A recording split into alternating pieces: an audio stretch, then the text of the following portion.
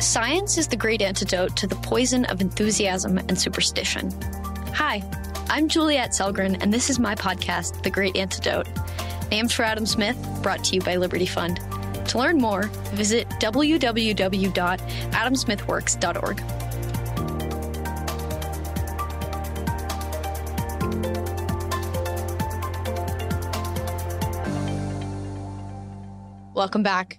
Today, on July 12th, 2023, it is my honor to welcome former Senator Phil Gramm to the podcast. He first began as a professor of economics at Texas A&M. Then he became a representative in the House, and later he became a senator. After he left the Senate, he became the vice chairman of UBS Investment Bank. And now he's written a book with John Early and Robert Eklund called The Myth of American Inequality: How Government Biases Policy Debate. Welcome to the podcast. Thank you, Juliet. I also wanted to say before we get started, for my listeners, this is a big day for me because I'm actually at Liberty Fund right now, who produces my podcast. So I'm having a great time recording in a different studio. But let's get to it. So the question I always ask: what is the most important thing people my age or in my generation should know that we don't?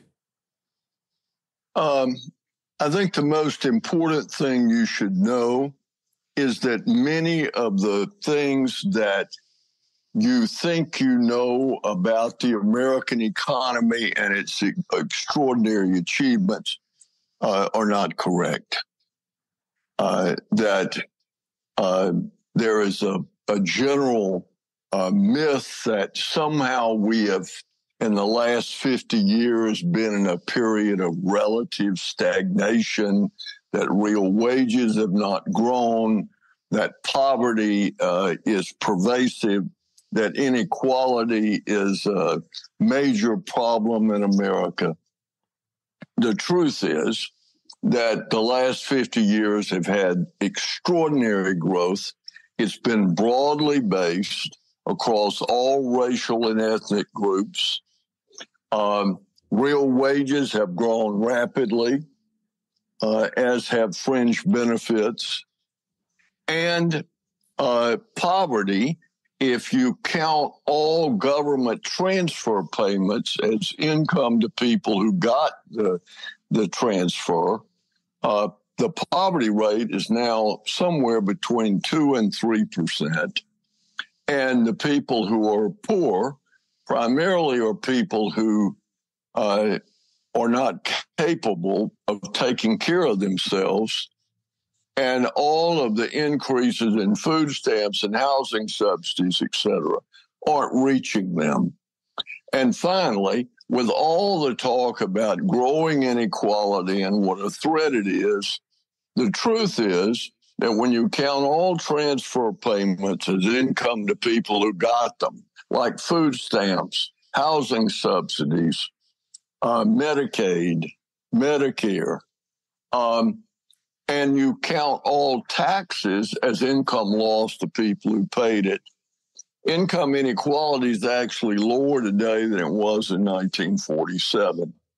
So we're having a huge national debate about inequality when inequality has actually fallen in the last 50 years and in the last 70 years. I think that's what you need to know, and that's what the book is about. Yes, you've done a lovely job setting the stage, and we're going to get into all of that, and I'm so excited. But first, I want to talk a bit about your career. Before going into politics, you were an economics professor at Texas A&M. What was it like being a professor, and why did you make the switch to politics? Well, it was wonderful being a professor. My wife is an economist. We met at Texas A&M. I loved everything about being an economist. We had a great department. We all got along. Why did I get into politics? Well, I had never had any of the outward and visible signs of somebody who might get into politics. I'd never joined any organization in college. I never had my picture in the annual. I ran out of money at the end of my freshman year and had to go to work for 18 months before I could come back. But what happened to me is we were in the 1970s. I had become a full professor. And suddenly I woke up one morning and realized I was an adult. I had 2 children. I didn't like what was happening in America. We were being told that the joyride was over, or that we were going to have to learn to live on less.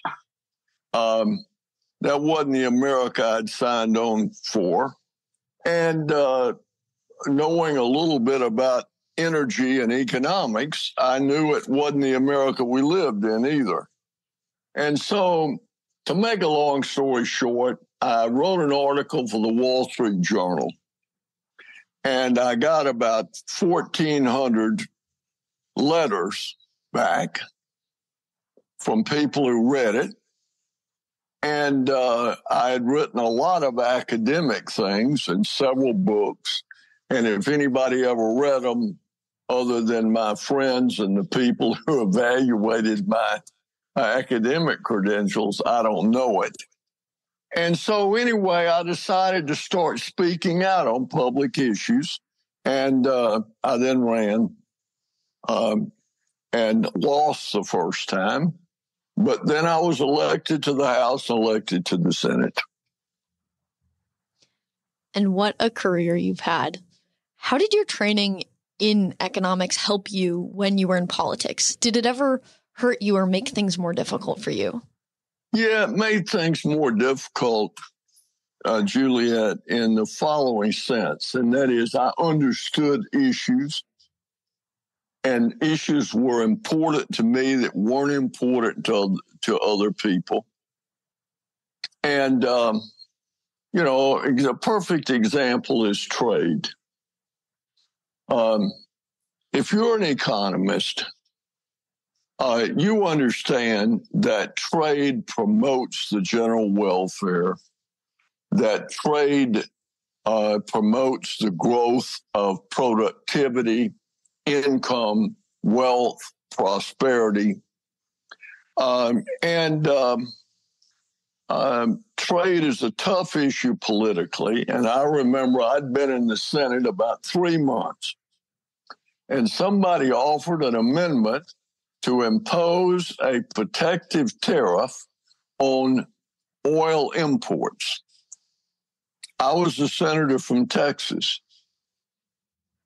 And so you talk about putting your understanding of economics to a test politically. It was clear to me that I wasn't going to be for the amendment, but it was also clear that I needed, if I was going to vote against it, I needed to get out front, lead the effort. And I did, and kill the amendment. And then I had to spend 9 months going all over Texas defending that vote. Someone who was not an economist, who was a senator from Texas, might have passed on that issue, but it wasn't an issue I could pass on. That was sort of the making it harder. Clearly, most issues have an economic root. And being an economist and knowing a lot about the economic history of the country was a great asset to me. And ideas are powerful things. And so I think it helped make my career that I had an understanding of the American economy that was very beneficial. I was the author of the Reagan program in the House. Gramm-Rudman was an effort to bring the deficit under control. Gramm-Leach-Bliley was a major update of the nation's banking, insurance, and securities laws. All those things were made possible by the fact that I knew economics. And I'd also learned from my grandmother, start sooner, work harder, no more than anybody else. If you do that, you tend to succeed. So back to this Texas Amendment oil thing quickly. When you say amendment, did you mean actual amendment to the Constitution amendment? And also, what was the outcome of that? It was an amendment to a bill that would have imposed an oil import fee that would have meant that Americans would be paying a higher price for oil than other people in the world. But obviously, oil producers would have been at least initially beneficiaries. I killed it. The amendment was defeated. And one of the publications in Houston ran a headline that says, Gramm, third senator from Massachusetts.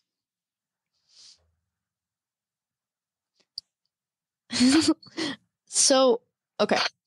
That makes a lot more sense, because an amendment to the Constitution that's specific about oil would not have made sense. No, it wasn't to the Constitution. There was a pending bill on the floor related to energy, and an amendment was offered to that pending bill that would have imposed an oil import fee. I didn't know the amendment was going to be offered, but it was offered. And so I rose in opposition to the amendment, and I led the effort to defeat the amendment. But it was an amendment to a bill that ultimately became law that was offered, and I opposed it and defeated it. You did your job. Congrats.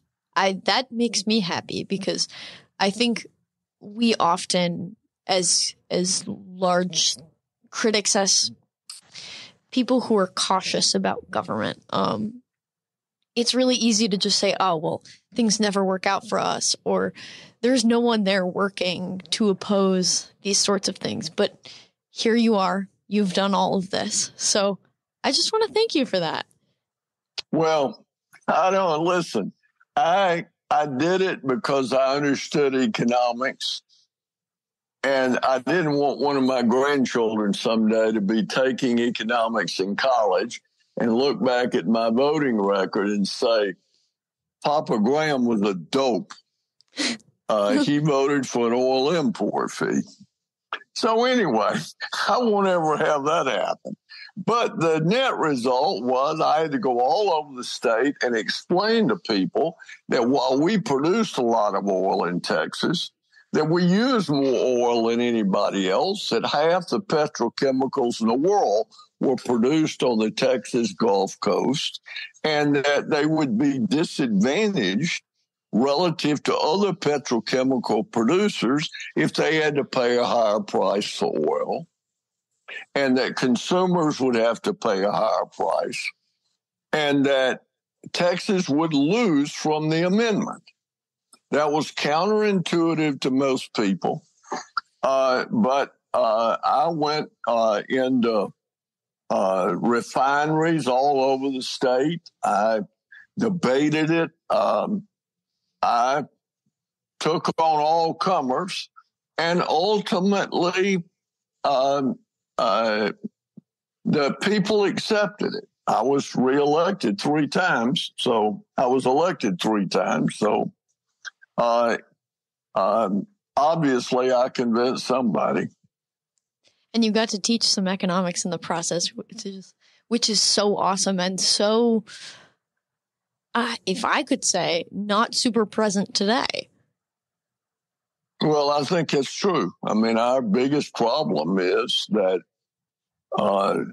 many people do not understand the basic rudimentary principles of economics. And economics is not everything, but it is an important factor in understanding the world we live in. I remember when I took my first economics course. I had thought about becoming a physics major, but my physics professor had told me that unless you love physics, there probably weren't many jobs in physics, and that if you loved it more than anything in the world, do it. But if not, maybe you shouldn't.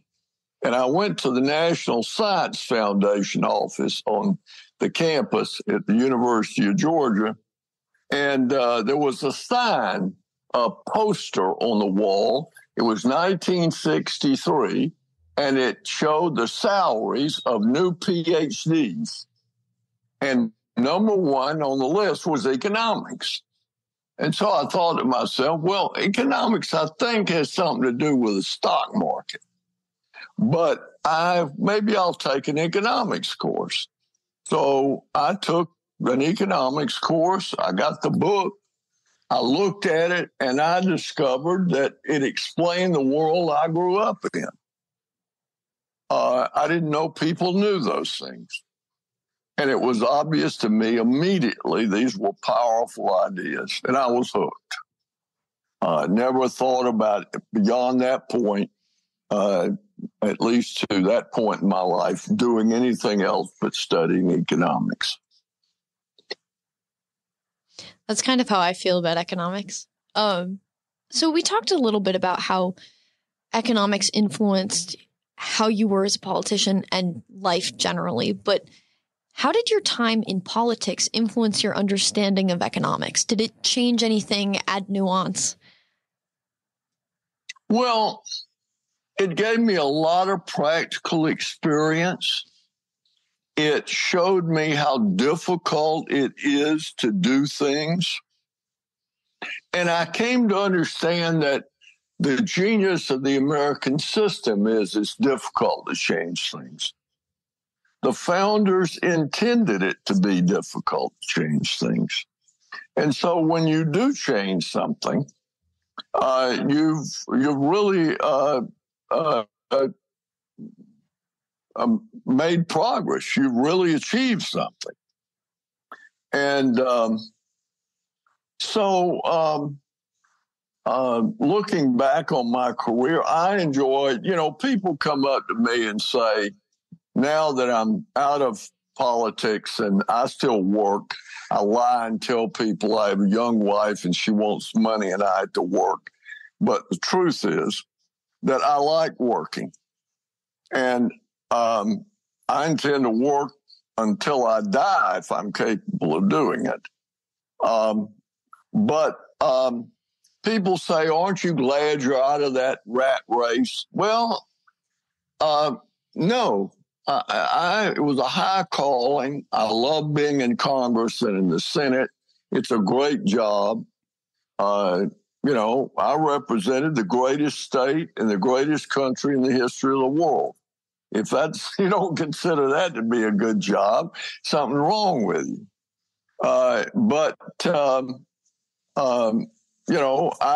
When I decided to leave, I'd turned 60. And I thought if I were ever going to do anything else in my life, I needed to do it. And it was a very hard decision. And I made the decision, walked out the door, and never looked back. So, yeah, let's continue along this line of Congress for a minute. There are a lot of people recently. I mean, you mentioned some people calling it a rat race and that you got out. It's, in particular, people like me, cautious right of center or classical liberal, people that maybe have a little bit of a public choice persuasion, who talk about how Congress is corrupt and there's a principal agent problem and all of these things that truly do exist. But we talk about how it's inherent to the institution and how that's a big problem. And I think this has been a larger conversation from just the classical liberals, especially today. So how did you get that sense of Congress back then? And what is your evaluation of Congress today? Well, look, there's this natural tendency for old people to, since we're running down, to think the system's running down. and to think everything was great when I was there and it went to hell when I left. So let me just talk first about Congress. When I was in Congress, I saw very little signs of classic corruption. Amazingly little. There were people who disagreed with me. I thought some of them were sincere. I thought some of them were just political. I admired some people who disagreed with me. I didn't admire some people who agreed with me. If I ever wrote a book about Congress, it would be Congress only as good as the people. I served with people who were great, wonderful people, and I served with some people that I didn't much care for. Now, I tried to get along with everybody since I wanted to get things done. But I do think the country's changed since I was in the Senate. The country is more polarized. And when I went to Congress, there was a lot of overlap between Democrats and Republicans. Now there's virtually none. I do think that the differences are real. I know there are people who think that obviously we need to find compromise, but as Reagan used to say, if I want to go to Los Angeles and you're going to San Francisco, and you're going to St. Louis, I'll go along with you. But if you want to go to Miami, why would I want to go to Miami? And so I think the problem is finding compromises that have a majority. And as I looked, the two major compromises of the last Congress were an infrastructure bill that's the largest infrastructure bill in history, adopted at a moment where we had massive fiscal stimulus, and clearly contributes to the inflation problem. And then the subsidy to chip manufacturing, when every chip manufacturer in the world is losing money, makes no sense whatsoever to me. So part of the problem is Congress. I do think people are not as respectful of each other as they were when I was in Congress. People, when I was there, followed the protocol in dealing with people. Today, it's much harsher, which I think is not helpful. But in the end, are we going to have a country that is primarily a country of free people making free decisions with limited government? Or are we going to have government play a dominant role in our life and in the life of the nation? And I would say America, at least outwardly, is pretty evenly divided.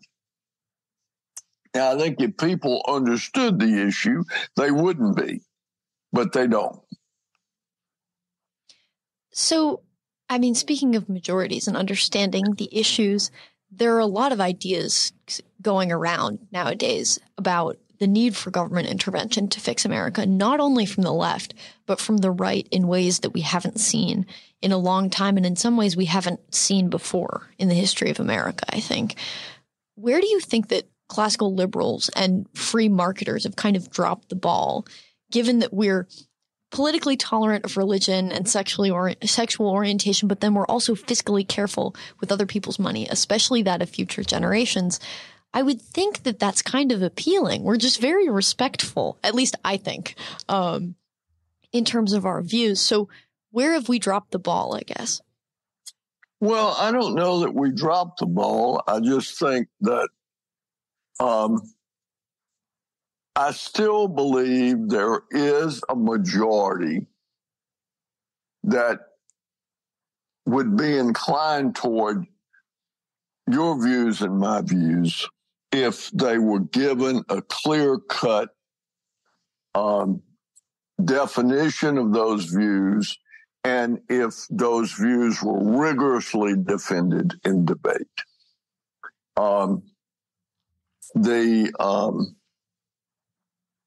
I think people get polarized in their opinion, and obviously we have had, with Trump and now with Biden, we have had sort of polarizing political personalities as president. In fact, going back, I would count Obama as in that same category. But in any case, this is something voters ultimately have to decide. And eventually they will. And we'll either be in a country that benefits from American exceptionalism because we're freer and more competitive than any other country in the world, or we'll be like Europe, with increasing government influence. And that's the choice. Of course, you've got to pay for government, which the American people have got to come to grips with. I think you're right when you say it comes down to understanding a clear definition. Because that has to do with narrative and how you see the world. We can all have the same conversation, but at the same time, not at all be talking about the same thing. I recently interviewed University of Central Arkansas professor Jeremy Horpedal on the Cost of Thriving Index, which was created by American Compass's Orrin Cass. And in that interview, we discussed the importance of measurement and getting proper statistics, because that's actually how you influence narrative and policy at like a very, very early stage. This pretty much takes us straight to your book. Yeah, that's right. So what led you to write this book, and why do you think it's so relevant to the current moment? Well, when I was a young senator, I, for a short period of time, was chairman of Commerce State Justice Appropriations, which had oversight over the census, which puts out our fundamental economic statistics. I was also writing Gramm-Rudman and dealing with the federal budget. And it struck me that the funds that were being provided in the budget did not seem to be reflected in the numbers that were being put out by the Census Bureau. And just as I was beginning to look at it, there was an opening on the Finance Committee, and I went to the Finance Committee. And then a University of Chicago professor named Bruce Meyer did a study looking at poverty and looking at what poor people, as we define poverty, were consuming in 1980, and then compared it to 2017. And basically his conclusion was that by looking at what people are consuming, that only about 3% of the population of the country was poor, not the 14% that our official poverty rate showed. And then by 2017, we were at the point where the Census Bureau every year issued a household income figure that gave the average household income of the bottom 20%, second, the middle, the fourth, and the top quintile. And Separately, the Bureau of Labor Statistics put out a report of consumption spending by quintile. And by 2017, the bottom 20% of American earners were spending twice as much as their income. The second 20% were spending 11% more than their income, and the top 20% was spending only about 60% of its income, even though there was no evidence that people were saving 40% of their money. So anyway, finally, I decided to put together this team, and John Early is a mathematical economist, former assistant commissioner of the Bureau of Labor Statistics under two presidents. He knows these numbers better than anybody in the world. And so what we did is we went back and looked at how the Commerce Department measures household income and basically found that the Commerce Department does not count 2/3 of all transfer payments as income to the recipient. And let me just give you some examples.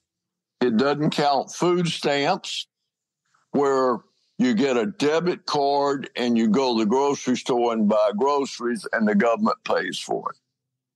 It doesn't count housing subsidies. It doesn't count Medicaid. It doesn't count over 100 federal programs that are aimed at helping poor people. And as a result, there is a gross understatement of the income of lower income Americans. The census also doesn't take into account taxes. So there's a gross overstatement of the real income of high income Americans because government doesn't take into account taxes. So when you correct all these things, and this all goes back to 1947 when the Census Bureau started collecting these numbers. But to make a long story short, if you go back and count all transfer payments as income to the people who receive it, only about 3% of the people are poor, not 12.5%, which roughly the official number, which is not changed for 50 years for all practical purposes, even though the amount of government payments to the bottom 20% of households on average has risen from $9,700 to $45,400 in benefits. No change in the poverty rate of any significance occurred during that 50 years. Well, how is that possible? Well, it's possible because the Census Bureau is not counting those transfer payments. It's also not taking into account taxes. So when President Biden said, if we double the child tax credit, we'll cut the poverty rate among children in half. I wrote an article in the Wall Street Journal saying, no, you won't. You won't change the poverty rate among children significantly. And sure enough, when the official numbers came out after the tax credit was raised, Census Bureau didn't count the tax credit as income, even though you got a check from the Treasury.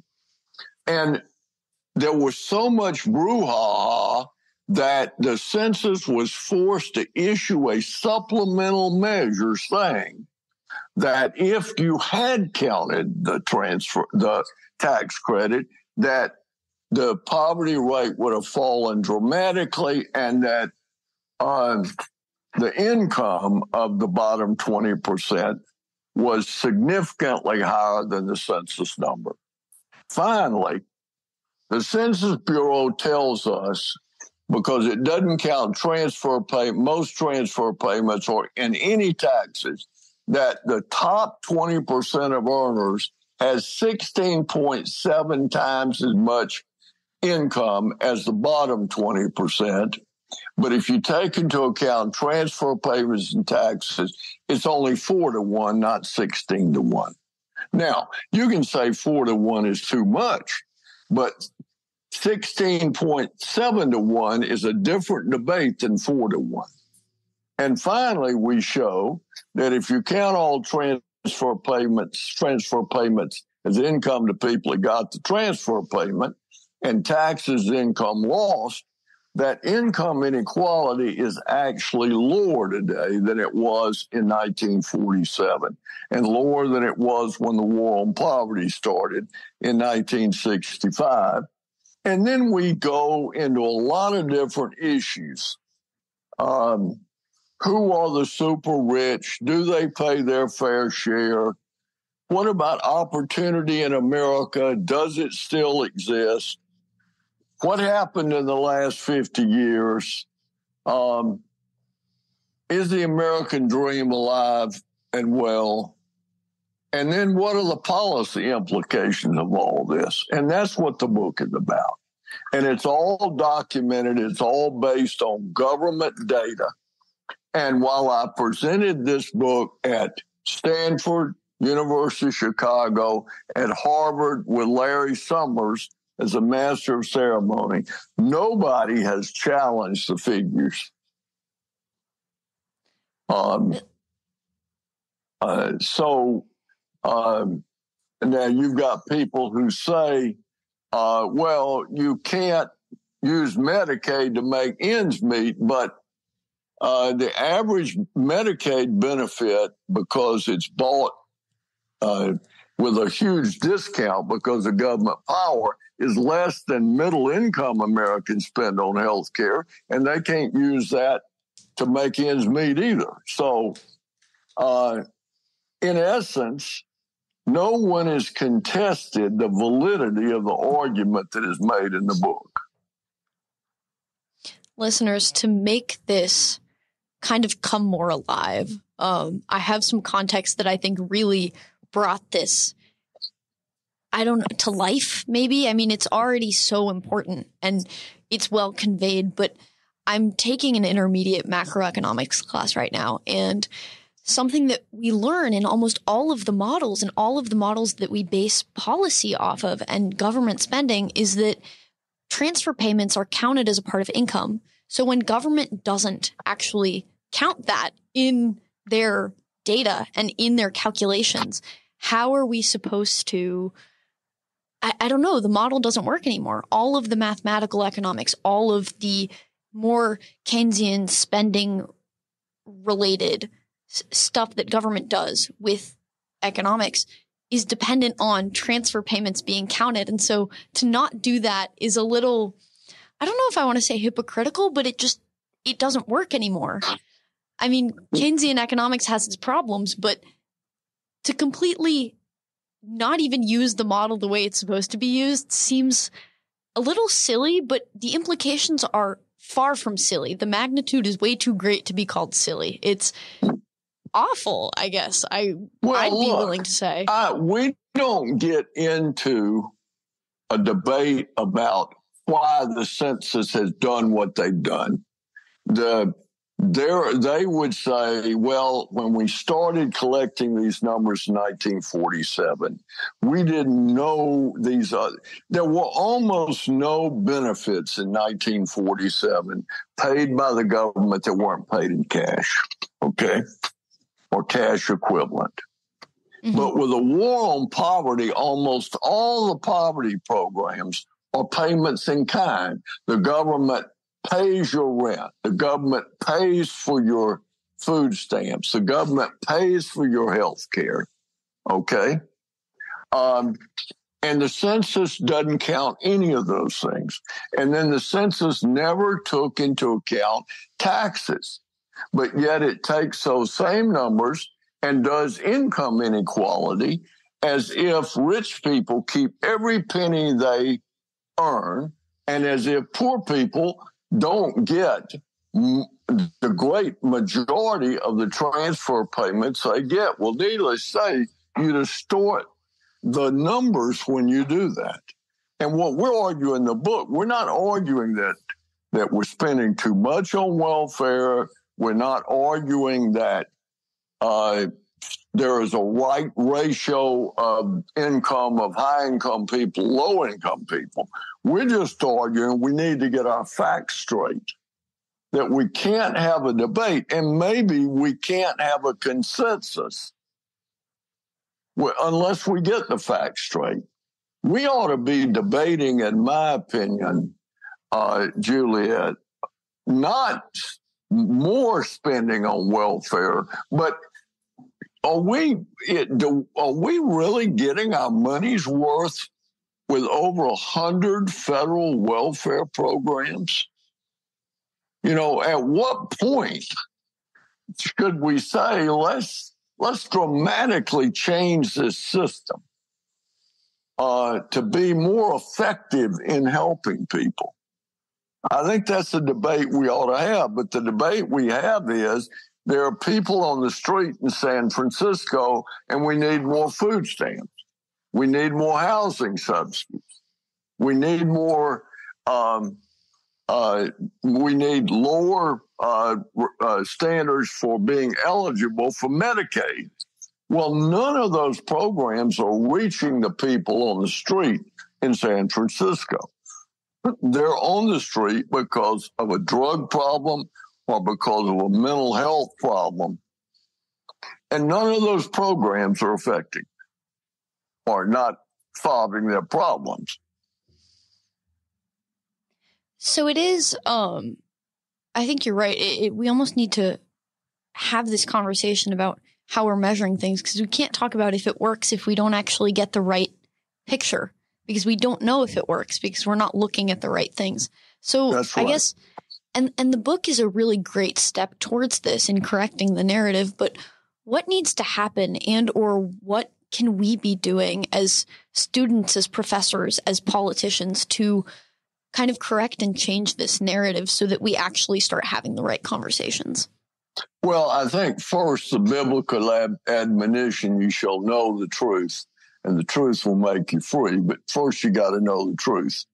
So if you hadn't read the book, The Myth of American Inequality, if you Google it, all kinds of ads will come up for the book and reviews. The Wall Street Journal rated it as one of the top 5 nonfiction books of the year.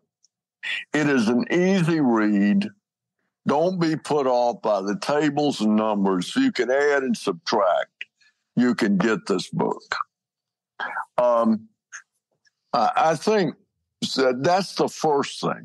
Secondly, I am working to try to get Congress to change the law to require the Census Bureau to count all transfer payments in the measurement of household income and to count taxes, so that we can get our facts straight, so that we can have a real debate.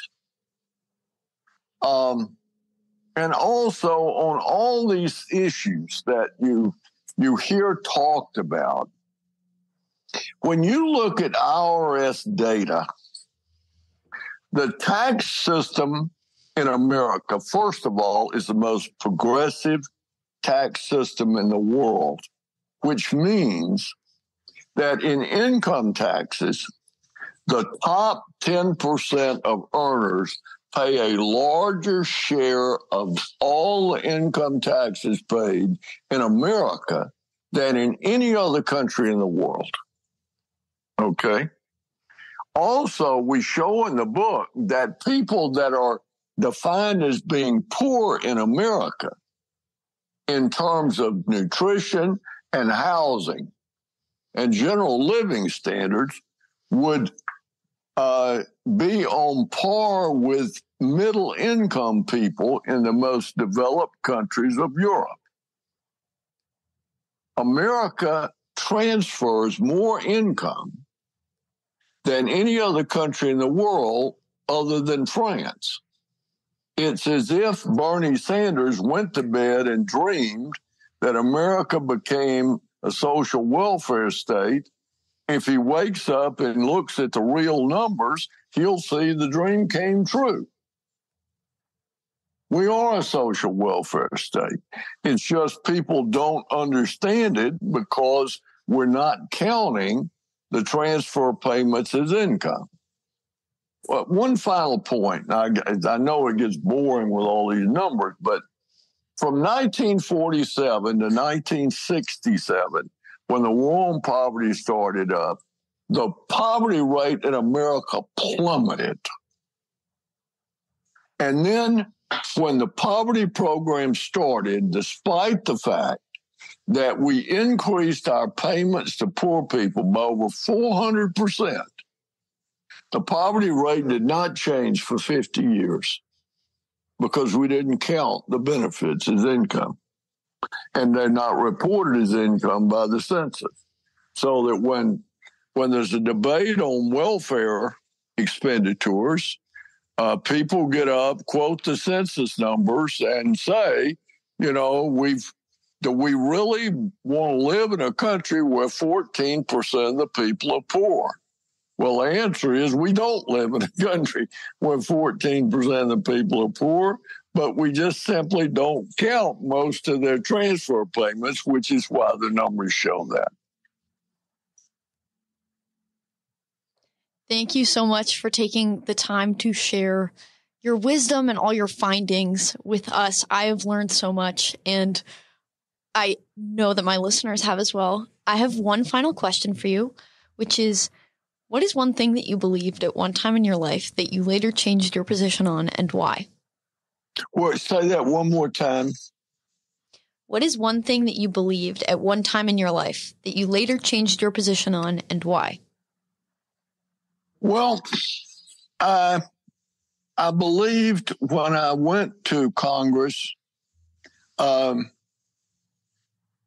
let me put it this way. My mama's brothers were lawmen, deputy sheriffs, police officers.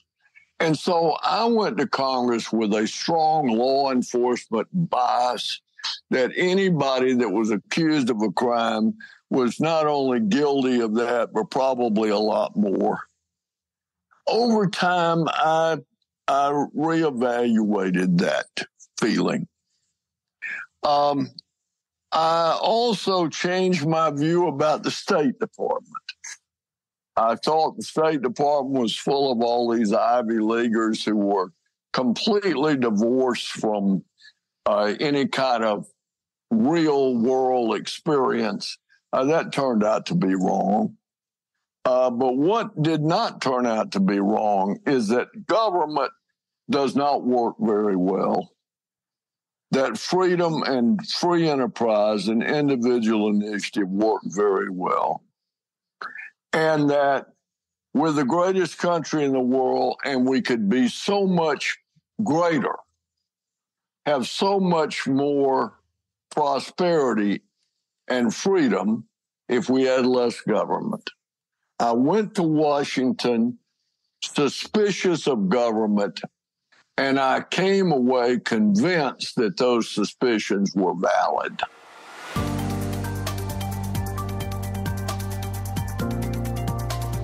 Once again, I'd like to thank my guests for their time and insight. I'd also like to thank you for listening to the Great Antidote podcast. It means a lot. The Great Antidote is sound engineered by Rich Goyette. If you have any questions, any guests, or topic recommendations, please feel free to reach out to me at greatantidote@libertyfund.org. Thank you.